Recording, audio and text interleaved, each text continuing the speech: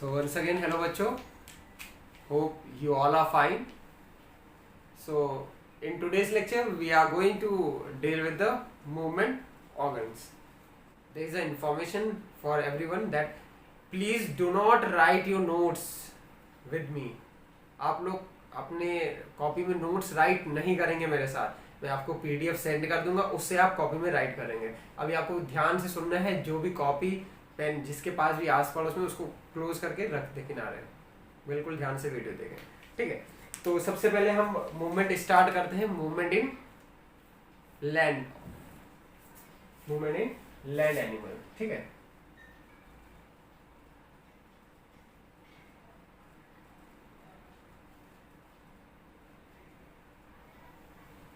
पहले कहाँ देखेंगे?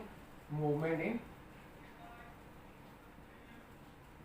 लैंड एनिमल्स, ठीक है. ध्यान से सुनिएगा. देखो, लैंड एनिमल की बात करें तो जितने भी लैंड एनिमल हैं ना, उनके पास होता क्या है? लिम्स होते हैं. उनके पास क्या होते हैं? लिम्स. लिम्स जैसे कि लेग्स एंड हैंड, जैसे कि हाथ और पैर. तो जितने भी एनिमल लैंड पे रहने वाले हैं उनके पास क्या होता है? हाथ और पैर होता है, ठीक है. तो अब लिम्स दो तरीके के होते हैं. ये लिम्स दो तरीके के क्या क्या होते हैं? एक होता है फोर लिम्ब और दूसरा होता है हाइंड लिम्ब. तो दो तरीके के होते हैं लिम्स, एक फोर लिम्ब और एक हाइंड लिम्ब. फोर मतलब आगे वाला. तो आगे का जब भी एनिमल अगर मतलब अपराइट नहीं चल रहा है, सीधे नहीं चल रहा है, वो झुक के चल रहा है, तो आगे वाला ये लिम्स हो जाएगा, जैसे हम लोग का हाथ है ना. और पैर क्या हो जाएगा? पीछे वाला. तो ये हो जाएगा फोर लिम्ब. तो आगे वाले फ्रंट टू लेग्स जो होते हैं वो फोर लिम्ब है, और बैक के जो टू लेग्स है वो हाइंड लिम्ब है, ठीक है. अब इंसानों के केस में क्या है? हाथ और पैर हो गया. बाकी जितने भी एनिमल होते हैं उनके क्या बोलते हो? दे हैव फोर लेग्स, यही बोलते हो ना, क्योंकि वो अपराइट सीधे नहीं चलते हैं, ठीक है. समझ आ रही बात? हाँ. तो सबसे पहले हम बात कर लेते हैं कंगारू की, ठीक है. तो जो कंगारू है और फ्रॉग है, ये तो जनरल सबके लिए है. कंगारू और जो फ्रॉग है, इनका जो फोर लिम्ब होता है, जो आगे वाला होता है, वो शॉर्ट होता है. फोर लिम्ब का होता है शॉर्ट, ठीक है. और हाइंड लिम्ब जो इनका होता है, मतलब पीछे वाला पैर, ये बहुत स्ट्रांग होता है. पीछे वाला पैर क्या होता है? स्ट्रांग होता है.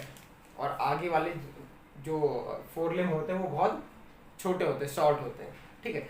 अब जो इनका स्ट्रांग हाइंड लेग लिम्ब है, इसकी मदद से क्या करते हैं? लीपर करते हैं, मतलब उछल कर सकते हैं. देखा भी होगा मेढक उछलते हैं ना. किसकी मदद से उछलते हैं? स्ट्रांग हाइंड लिम्ब की मदद से उछल पाते हैं. क्लियर हुई बात? पक्का? इसके अलावा इसके आगे बढ़ेंगे हम लोग, आगे देखेंगे. लैंड पे ये भी आपको देखने को मिलता होगा, स्नेल्स एंड स्लग्स. ऐसा कभी स्नेल को देखोगे तो तुम इसके नीचे देखोगे तो तुम क्या देखोगे? एक तुम्हें फुट दिखेगा, सिंगल सा, सिंगल एक इनका एक फुट दिखेगा, जिसकी मदद से वो लैंड पे क्या करते हैं? स्लाइड करते हैं, ठीक है. और ये जो फुट होते हैं ये सिक्रीटरी सब्सटेंस निकालते हैं, ये सब्सटेंस सिक्रीट करते हैं, ठीक है. जिसकी मदद स्लिपरी सब्सटेंस निकालते हैं. ये क्या निकालते हैं? स्लिपरी सब्सटेंस सिक्रीट करते हैं, जिसकी मदद से ये आसानी से किसी भी सरफेस पे क्या कर सकते हैं? स्लाइड कर सकते हैं.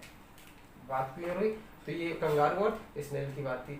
इसके अलावा बात करें, कंगारू फ्रॉग हो गया, स्नेल और स्लग हो गया, ठीक है.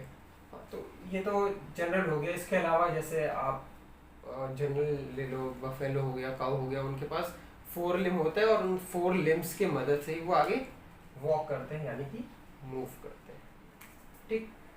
तो ये बात थी मूवमेंट इन लैंड एनिमल. तो मूवमेंट इन लैंड एनिमल्स में क्या देखा कि लिम्स दो तरीके के होते, फोर लिम्ब और हाइंड लिम्ब. आगे वाला पैर और पीछे वाला पैर, ठीक है. कंगारू और फ्रॉग में आगे वाले छोटे होते, पीछे वाले स्ट्रांग होते, जिसकी वजह से वो उछल कूद करते हैं, ठीक. स्नेल और स्लग्स में क्या होता है? इनके पास एक अकेला केवल सिंगल फुट होता है.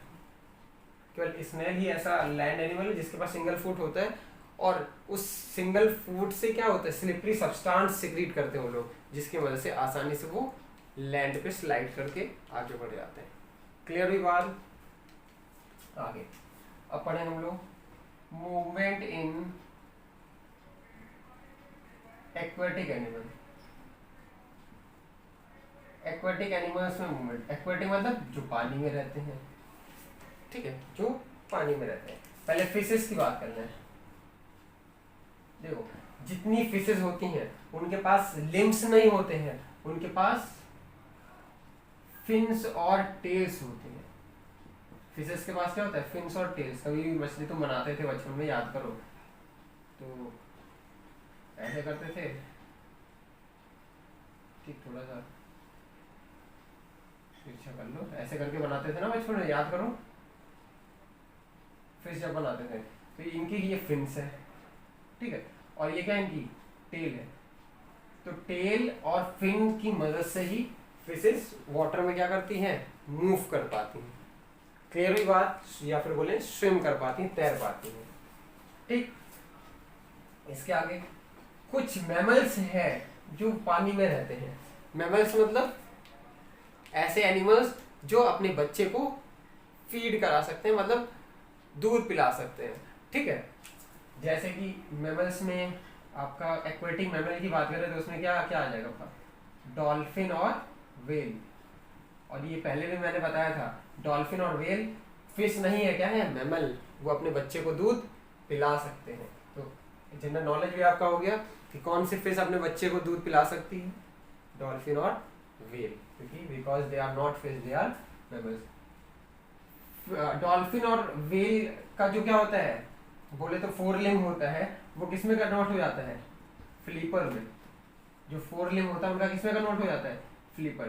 तो डॉल्फिन और व्हेल के पास क्या होता है, फ्लिपर्स होते हैं। फ्लिपर्स स्ट्रक्चर होते हैं लंबे से, ठीक है, जिसकी मदद से वो आसानी से वाटर में मूव कर सकते हैं। क्लियर। इसके अलावा ये तो मैमल्स थे। पेंगुइन जो है ये मैमल नहीं है, पेंगुइन है और सील्स है, ये मैमल्स नहीं है। इनके पास भी क्या होता है, फ्लिपर होता है, और फ्लिपर की मदद से ही आगे वाटर में मूव कर पाते हैं। बात क्लियर हुई, या फिर बोले स्विम कर पाते, तैर पाते हैं। तो डॉल्फिन और व्हेल के पास फ्लिपर्स होते हैं, फिन्स नहीं होते, फ्लिपर्स मतलब बड़े बड़े स्ट्रक्चर्स होते हैं। ऐसे कभी तुम पेंगुइन देखे हो तो ऐसे स्ट्रक्चर्स होते हैं ना पेंगुइन के पास, बड़े से। हाँ, तो इसको इन स्ट्रक्चर क्या बोलते हैं, फ्लिपर्स। ये हो गया। इसके अलावा आप फ्रॉग को देखे होंगे, फ्रॉग भी आपको कहाँ दिखता है, वाटर के अंदर दिखता है ना। तो फ्रॉग के पास क्या होता है, वेब्ड फूड। ये जब हम लोगों ने पढ़ा था 3rd क्लास में बर्ड्स के बारे में, तो वहाँ पे देखा था कुछ बर्ड्स थे, उनकी फूड क्या थे, वेब्ड होते थे, मतलब जुड़े हुए होते थे, जालनुमा होते थे। फ्रॉग को भी देखोगे तो यहाँ ये गैप दिख रहा ना हम लोगों में, इनमें गैप नहीं होते, जुड़े होते हैं। जुड़े होने की वजह से ये आसानी से वाटर में तैर पाते हैं। इसके अलावा बर्ड्स में देखा जाए तो गूज ना, गूज भी आसानी से तैर पाती है। डक भी तैरती है ना पानी में, तो उसकी भी फूड कैसे होती है, वेब्ड होती है। तो फ्रॉग का जो फूड होता है वो कैसा होता है, वेब्ड, ठीक है। समझ आ रही बात। इसके बाद क्रोकोडाइल की बात कर लें। क्रोकोडाइल हो गया, एलिगेटर हो गया, एलिगेटर मतलब घड़ियाल, ठीक है। इन सब का जो मूवमेंट होता है वाटर में, मतलब ये पानी में जो मूव कर पाते हैं, या फिर बोले पानी में तैर पाते हैं, ठीक। पानी में अगर कोई मूव कर रहा है यानी कि वो तैर ही रहा है ना, तो मूव कर पाएगा। तो पानी में क्रोकोडाइल और एलिगेटर जो मूव करते हैं या फिर बोलते हैं स्विम करते हैं, वो किसकी मदद से, अपने टेल की मदद से। कभी तुमने देखा हो मगरमच्छ, तो उसकी टेल्स बहुत लंबी होती हैं, ठीक है, जैसे छोटे छोटे पैर निकले पैर रहते हैं ना, ऐसा रहता है। तो ये जो पानी में जब ये मूव करते हैं, स्विम करते हैं, किसकी मदद से, अपने टेल्स की मदद से ही करते हैं। तो क्रोकोडाइल एलिगेटर किसकी मदद से करते हैं, स्विम, टेल्स की मदद से, मतलब अपनी पूंछ की मदद से। बात क्लियर, पक्का। तो ये लैंड एनिमल हो गया, एक्वेटिक एनिमल हो गया। अब अगला देखते हैं हम लोग इंसेक्ट के अंदर। समझ आ गई बात। नोट्स मैंने बोला मैं पीडीएफ में भेज दूंगा, आप लोग उसको राइट कर लीजिएगा, समझ लीजिएगा, जो नहीं समझ में आएगा पूछ लीजिएगा। इसके आगे मूवमेंट इन इंसेक्ट्स। इंसेक्ट्स के अंदर मूवमेंट देख लें तो इंसेक्ट पहले तो जाने इंसेक्ट होता क्या है। इंसेक्ट क्या है, बहुत स्मॉल एनिमल, बहुत छोटे होते हैं, ठीक है। इंसेक्ट्स के पास 6 लेग होते हैं। कितने लेग्स होते हैं, 6 लेग। जितने भी इंसेक्ट हैं सबके पास क्या होते हैं 6 लेग, और 6 कैसे होते हैं, जॉइंट होते हैं। कैसे होते हैं, जॉइंट, एक दूसरे में जुड़े हुए। जैसे मान लेते हैं ये इंसेक्ट होता, ठीक है, तो इसके पैर एक, जैसे मान लेते हैं ये इंसेक्ट होता तो इसका पैर ऐसे होता है, एक इधर ये वाला पैर और एक ये, मतलब आपस में जहाँ पे ये अटैच होते हैं वहां से क्या होते हैं, दोनों आपस में जुड़े होते हैं। सही मान लो ये एक तरफ का पैर है और एक ही तरफ का ये ऐसे जुड़ा रहता है, दोनों साइड के पैर आपस में क्या होते हैं, जुड़े होते हैं।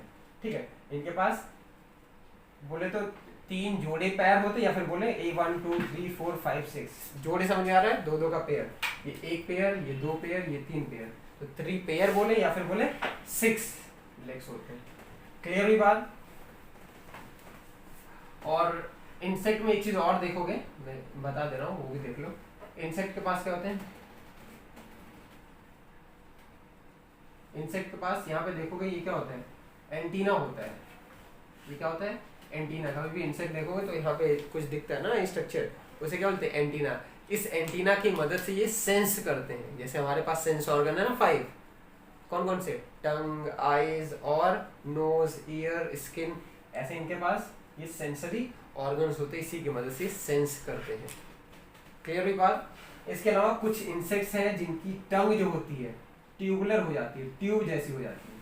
कुछ क्या, मैक्सिमम की ट्यूब जैसी हो जाती है टंग, जैसे मॉस्किटो है, ठीक है, और nectar sucking bird, nectar sucking insect है, जैसे भौरे हैं, तो देखा होगा वो चुभाते हैं ना अपना कुछ, वो जो चुभाते हैं वो स्टिंग होता है, एक्चुअली क्या है वो टंग होता है।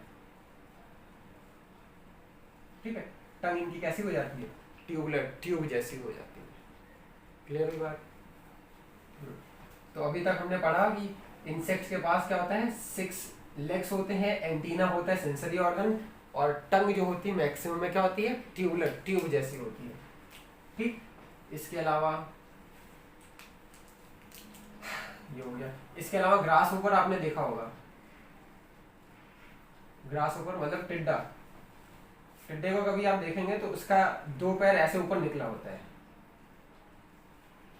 ना, और टिड्डा उछल कूद भी बहुत करता है। टिड्डा उछलता है ना, उछलता किसके वजह से, उसका जो सबसे लास्ट लेग होता है वो क्या होता है, बहुत लॉन्ग होता है। लॉन्ग होने की वजह से वो हुप कर पाते हैं, कूद पाते हैं। ठीक, तो कूदते किसकी वजह से, ये पैर जो बड़ा है, अगर इस पैर को आप तोड़ दो या फिर छोटा कर दो तो कूद नहीं पाएंगे। वाटर बोटमैन, ठीक है, ये एक तरीके का इंसेक्ट है, वाटर इंसेक्ट है। ठीक, ये अब सोचो क्या करता होगा, पानी में क्या करता होगा, तैरता होगा ना। कभी भी तुम इस कीड़े को देखोगे तुम, तो इसका जो अपेंडेज है बड़ा सा दिखेगा,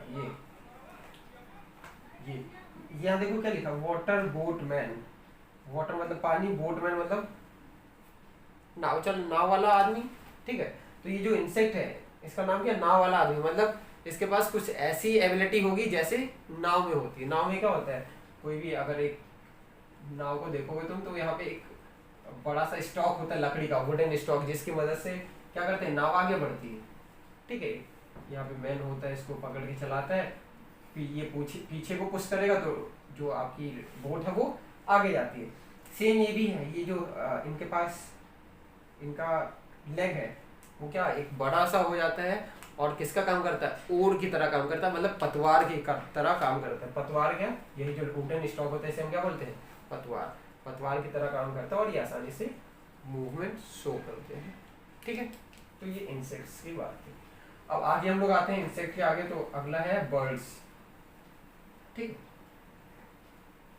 बर्ड्स पे आते हैं।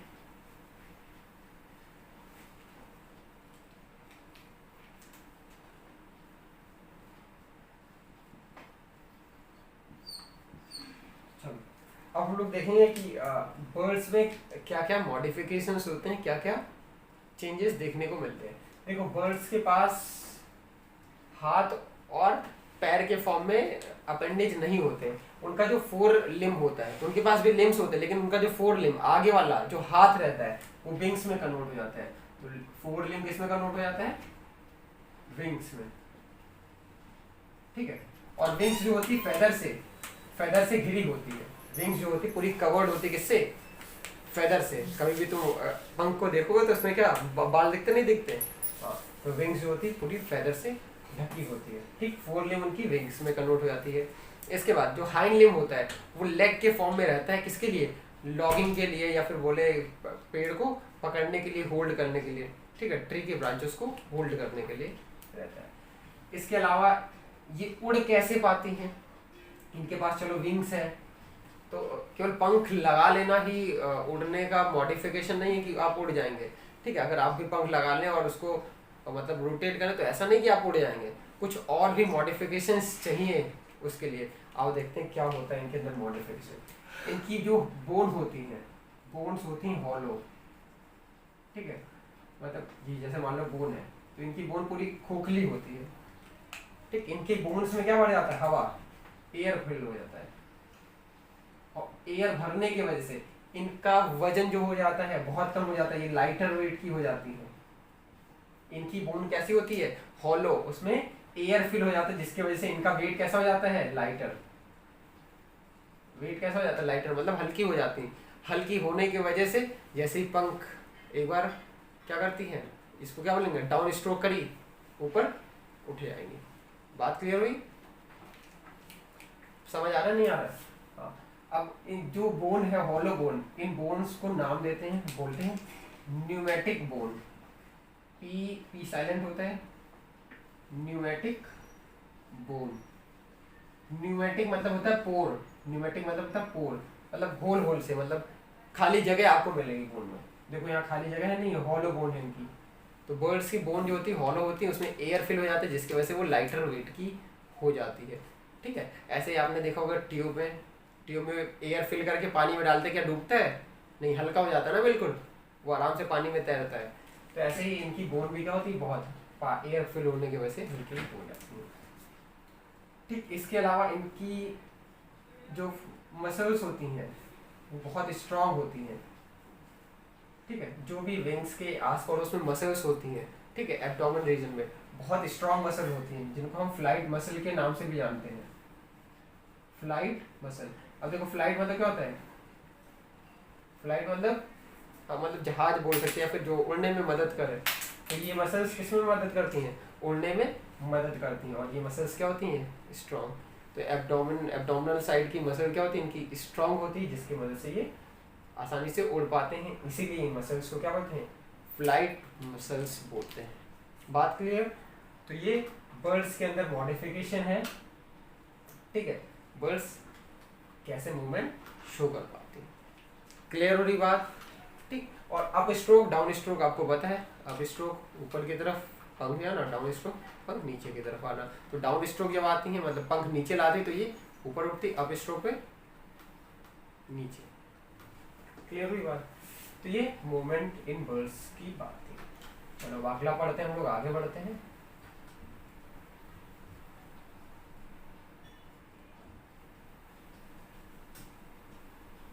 अब पढ़ेंगे हम लोग मूवमेंट इन रेप्टाइल्स, मतलब रेंगने वालों में मूवमेंट देखेंगे। जो भी रेंगने वाले एनिमल्स हैं उनमें कैसे मूवमेंट होता है। मूवमेंट इन रेप्टाइल्स, रेप्टाइल्स मतलब रेंगने वाले, ठीक है।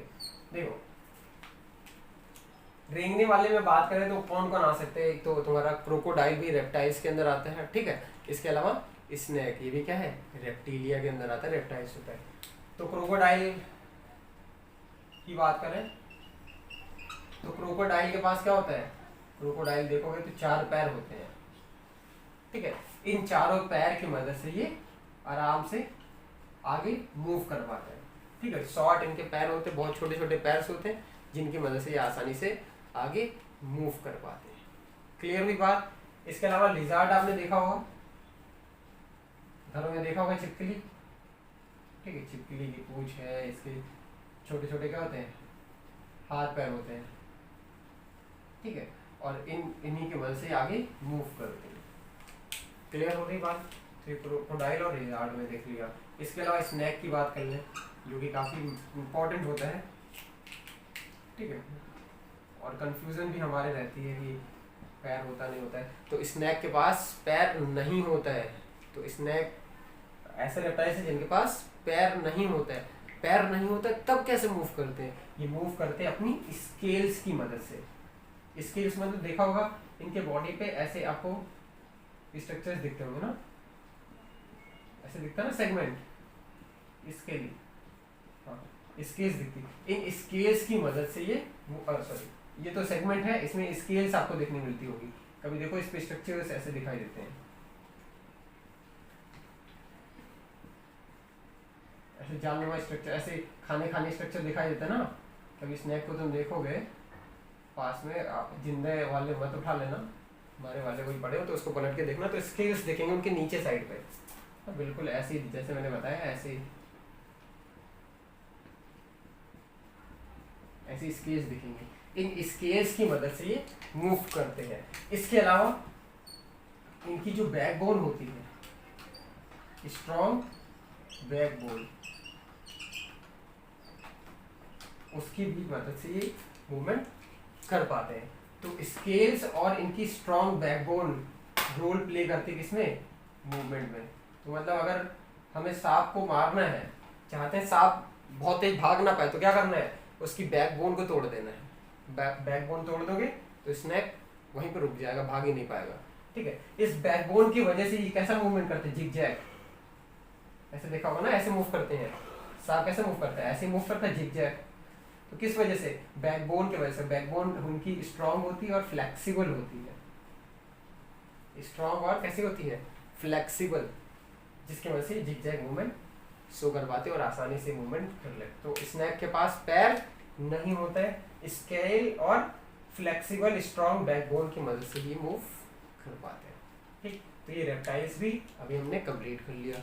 अगला लास्ट आता है जो सबसे बोले तो मॉडिफाइड एनिमल है और सबसे ज़्यादा इवॉल्व्ड एनिमल है, सबसे ज़्यादा विकास जिसके अंदर हुआ है, जिस एनिमल के अंदर, वो कौन है? ह्यूमन। तो ह्यूमन भी एनिमल है, लेकिन वो क्या है? मोस्ट डेवलप्ड एनिमल है। मतलब हम लोग के अंदर डेवलपमेंट ज़्यादा हो चुका है, विकास ज़्यादा हो चुका है, हम लोग का माइंड लेवल भी अच्छा हो गया है। ठीक, सोचने समझने की क्षमता आ गई है, सेल्फ कॉन्शियसनेस है। ठीक, तो ऐसे ही इन मूवमेंट इन ह्यूमंस देखते हैं। ठीक, अब ह्यूमंस के पास आप जानते हो इसमें कुछ छिपा है ही नहीं आपसे। क्या? दो हम लोगों के पास क्या होते हैं? हैंड होते हैं, जिसकी मदद से हम चीज़ों को होल्ड कर सकते हैं। ठीक है, डिफरेंट एक्टिविटीज को परफॉर्म कर सकते हैं। मतलब कोई भी एक्टिविटी करना है, देखो मैं राइड भी कर रहा हूँ तो किसकी मदद से? हैंड की मदद से। आप मोबाइल पकड़े हो किसकी मदद से? हैंड की मदद से। गेम खेलते हो हैंड की मदद से। तो डिफरेंट जितनी भी एक्टिविटीज है वो हैंड की मदद से। दो हैंड है अपने पास, और कितने पैर है? 5 की 6? 2 ही है ना। हाँ, तो जो 2 लेग हैं ये किसमें हेल्प करते हैं? पहले तो स्टैंड होने में, प्रॉपरली स्टैंड हो पा रहे हो। ठीक है, इसके अलावा रन कर रहे हो, वॉक कर रहे हो। ठीक है, इन सभी चीज़ों में आपका लेग मदद करता है। तो ये ह्यूमन के अंदर मूवमेंट की बात थी और आप जानते भी हो। ठीक, तो फाइनली मूवमेंट कंप्लीट होता है यहाँ पे। अब अगला टॉपिक है जो कि लास्ट टॉपिक है इस चैप्टर का, वो है आपका माइग्रेशन।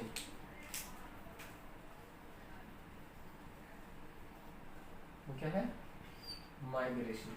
ठीक है, तो अब माइग्रेशन हम देखने वाले। देखो, माइग्रेशन मतलब एक जगह से दूसरी जगह मूव करना। ठीक है, तो माइग्रेशन क्यों करते हैं एनिमल्स, या मूव क्यों करते हैं animal? In search of food, shelter and for reproduction. ये मैंने पहले बता दी। तो माइग्रेशन अगर डिफाइन करना हो तो क्या हो जाएगा? The process by which an animal move from one place to another place is known as migration. या फिर सिंपल बोल दो, movement of animal from one place to another place for food, shelter and for reproduction known as migration. तो migration क्या होता है?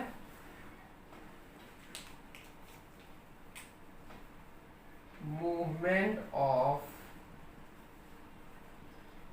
animal from one place to another for food shelter warmth and reproduction. ठीक है, अरे temperature के लिए भी मूवमेंट शो करते हैं ना, अगर क्लाइमेटिक कंडीशन के लिए भी बहुत सारे एनिमल हैं जो मूवमेंट शो करते हैं। ठीक, तो माइग्रेशन क्या होता है, एक जगह से दूसरे जगह चले जाना कहलाता है माइग्रेशन। अब सोचो बहुत सारे आपके आस पड़ोस में एग्जाम्पल्स होंगे या फिर रिलेशन में बहुत सारे लोग होंगे जो माइग्रेट किए होंगे। अभी कोरोना चल रहा था, कुछ लोग मुंबई में थे तो मुंबई से भाग भाग कहाँ आ रहे थे, गाँव की तरफ माइग्रेट कर रहे थे, नहीं कर रहे थे, तो अपने आप को प्रोटेक्ट करने के लिए। तो migration protection from the enemy भी हो सकता है, माइग्रेशन एनिमी से बचने के लिए भी हो सकता है। ठीक है, तो माइग्रेशन केवल इतना ही कंडीशन नहीं माइग्रेशन के लिए कि इतने के लिए मूव करते हैं, एनिमी से बचने के लिए भी एनिमल्स माइग्रेशन करते हैं। जैसे कि अभी कोरोना था, कोरोना से बचने के लिए सब घर की तरफ भाग के आ रहे थे। क्लियर हो रही बात। इसके अलावा भी कोरोना खत्म हो जाएगा तो जिसके पास धंधा नहीं रहेगा या फिर काम नहीं रहेगा तो क्या करेगा, बाहर माइग्रेट करके जाएगा, कुछ विदेश में जाएंगे, कुछ मुंबई जाएंगे, मतलब जहाँ जिसका प्लेस सूटेबल है मतलब वर्क के लिए वो वहीं अपने प्लेस में मूव करेगा। ठीक है, तो मेनली किसके लिए मूव कर रहा है, वो फूड के लिए मूव कर रहा है, पैसे के लिए मूव कर रहा है। पैसा क्यों कमाते हैं, खाने के लिए। ठीक है, शेल्टर के लिए मूव कर रहा है, छत उसको मिल सके, अच्छा सा रहने का घर हो। ठीक, और क्लाइमेटिक कंडीशन तो ऐसा कुछ है नहीं कि जो ह्यूमंस होते हैं क्लाइमेटिक कंडीशन के लिए मूव करते हैं, बहुत कम ही है जो मूव करते हैं। जैसे जो शिमला रीजन में है या फिर जो देखा होगा वैष्णो देवी में होते हैं, जब ठंडक होती है तो क्या करती है, बर्फ गिर रही होती है तो बंद हो जाते हैं, तो सब नीचे की तरफ मूव कराते हैं ना। तो थोड़ा करता है रिप्रोडक्शन। देखिए कुछ फिशेस होती हैं जो रिप्रोडक्शन के लिए मूव करती हैं। ठीक, तो उनकी चर्चा हम करेंगे अब इसके आगे। तो माइग्रेशन आपको समझ में आ गया होगा। चलो अब इसके आगे बढ़ते हैं और हम एग्जाम्पल देखते हैं माइग्रेशन के। तो माइग्रेशन क्यों करते हैं animal, for food shelter warmth and for reproduction. और ये भी बोल सकते होती है also show movement for the protection from the enemy. ठीक है, तो ये माइग्रेशन की डेफिनेशन है। इसके आगे बात करें एग्जाम्पल की, तो एग्जाम्पल क्या क्या हो सकता है। सबसे पहला एग्जाम्पल जो है वो साइबेरियन क्रेन की है। साइबेरियन क्रेन क्या है, बर्ड है, क्रेन मतलब जानते हो बगुला। ठीक है, साइबेरिया का एक बर्ड है जिसका नाम क्या है, साइबेरियन क्रेन। ये रहता साइबेरिया में, लेकिन जब ठंडक पड़ती है तो होता क्या, वहां बर्फ जम जाती है, मतलब बहुत मतलब माइनस से नीचे टेम्परेचर चला जाता है, बहुत ज़्यादा ठंडक बढ़ जाती है। तो ठंड से बचने के लिए, ठीक है, ये क्या करती हैं, साइबेरिया से चल के कहाँ आती है, इंडिया के राजस्थान के एक प्लेस पे आती है जिसका नाम है भरतपुर। ठीक है, भरतपुर राजस्थान में है। ये कहां से मूव करती हैं, साइबेरियन क्रेन कहां से मूव करती हैं, they migrate from Siberia to Bharatpur Rajasthan. Bharatpur Rajasthan में है। ठीक है, जब जयपुर जाने लगोगे तो बीच रास्ते में पड़ता है।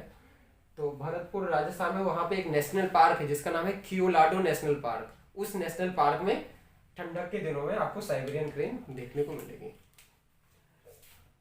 इसके अलावा आपको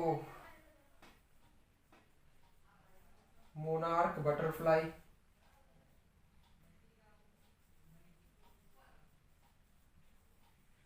ठीक है, मोनार्क बटरफ्लाई जब ठंडक पड़ती है तो क्या करती है, ठंडक में पहले तो ये रहती कनाडा में है, जब ठंडक पड़ती है तो कनाडा भी बहुत ठंडा प्रदेश है, तो ठंडक से बचने के लिए, ठंड से बचने के लिए क्या करती है, कनाडा से ही मूव करके दूसरे कंट्री में चली जाती है। तो मूवमेंट का क्या, कहाँ से कहाँ जाती है, they migrate from Canada to Mexico, Mexico में चली जाती है। ठीक है, ये मोनार्क बटरफ्लाई है। इसके अलावा आपको एक देखने को मिलेगा सैल्मन फिश। ये फिश रहती हैं सी में, रहती हैं सी या फिर बोले ओशियन में रहती हैं, ठीक है, समुद्र में रहती हैं। लेकिन ये स्पॉनिंग के लिए मतलब अंडे देने के लिए, एग स्पॉनिंग के लिए चली आती हैं कहाँ पे, रिवर के अंदर। ये रिवर के अंदर आती हैं, अंडे देती हैं और फिर मर जाती हैं, ठीक। तो ये स्पॉनिंग के लिए मतलब कहाँ से कहाँ आती हैं, सी से रिवर में माइग्रेट करती हैं, अंडा देती है और वहीं पे ये इनकी डेथ हो जाती है कुछ समय बाद सैल्मन फिश की, ठीक। और सैल्मन फिश जो है बहुत फायदेमंद होती है। सैल्मन फिश के अंदर सबसे ज़्यादा प्रोटीन पाई जाती है, मीन्स जितनी फिशेस हैं सबसे ज़्यादा प्रोटीन सैल्मन फिश के अंदर पाई जाती है। लगभग आपको 18 से 20 ग्राम प्रोटीन मिलेगा अगर 100 ग्राम आप मछली खा रहे हो। इसके अलावा सैल्मन फिश में ओमेगा 3 फैटी एसिड बहुत ज़्यादा मात्रा में होता है, जिससे ब्रेन का डेवलपमेंट भी अच्छा होता है, ठीक। इनके पास सेलेनियम होता है, इनके अंदर सेलेनियम क्या करता है, कैंसर से प्रोटेक्ट करता है, मतलब कैंसर होने के चांसेस कम हो जाएंगे अगर ये खा रहे हो। इसके अलावा हार्ट डिसीजेस से बचाता है। ओमेगा 6 भी इसके मतलब हमारे बॉडी में होता है और ओमेगा 3 इसमें होता है। तो हमारे बॉडी के लिए ओमेगा 6 और ओमेगा 3 का जो मतलब बोले तो लेवल है वो मेंटेन रहेगा, तो हार्ट डिसीज भी नहीं होगी। इसके अलावा इसके अंदर पोटेशियम की मात्रा ठीक ठाक होती है, तो ये हमारे पोटेशियम लेवल को मेंटेन करता है, जिसकी मदद से हमारा ब्लड प्रेशर भी कंट्रोल रहता है। तो सैल्मन फिश के खाने के बहुत ज़्यादा फ़ायदे हैं। पहले तो प्रोटीन तो है ही है, इसके अलावा बी कॉम्प्लेक्स विटामिन भी आपको मिलेगा और ब्रेन का डेवलपमेंट भी अच्छे से होता है। सैल्मन फिश कहाँ से कहाँ माइग्रेट करती है, they migrate from ocean to river for spawning, या फिर इसको लेकर फॉर लेइंग एग, ठीक है, अंडे देने के लिए ये क्या करती हैं, ओशन से रिवर में आती है और ये इनकी डेथ हो जाती है, ठीक है। तो बस यहीं तक आपका चैप्टर है माइग्रेशन, यहीं पे आपका चैप्टर ये कंप्लीट होता है, ठीक। इसके अलावा कुछ टेक्स्ट में जैसे साइंस एंड टेक्स्ट में कुछ बातें दी गई हैं, जैसे यहाँ पे आपको दिया गया है आर्कटिक टर्न के बारे में दिया गया है।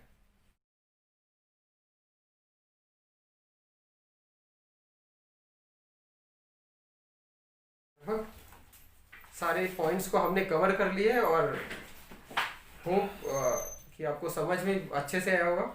इसके आगे आपको रिवाइज एंड रिकॉल में ट्रू एंड फॉल्स दिए हैं, इसको सॉल्व करना है, सेल्फ सॉल्व करना है, बिना देखे, नहीं आता छोड़ देना, ठीक है, लेकिन सेल्फ सॉल्व करने की कोशिश करना। और जो एक्सरसाइज दी है इसको भरने की कोशिश करिएगा और क्वेश्चन आंसर मैं पीडीएफ में सेंड कर दूंगा, आप लोग राइट कर लेंगे नोट्स के नीचे। क्लियर?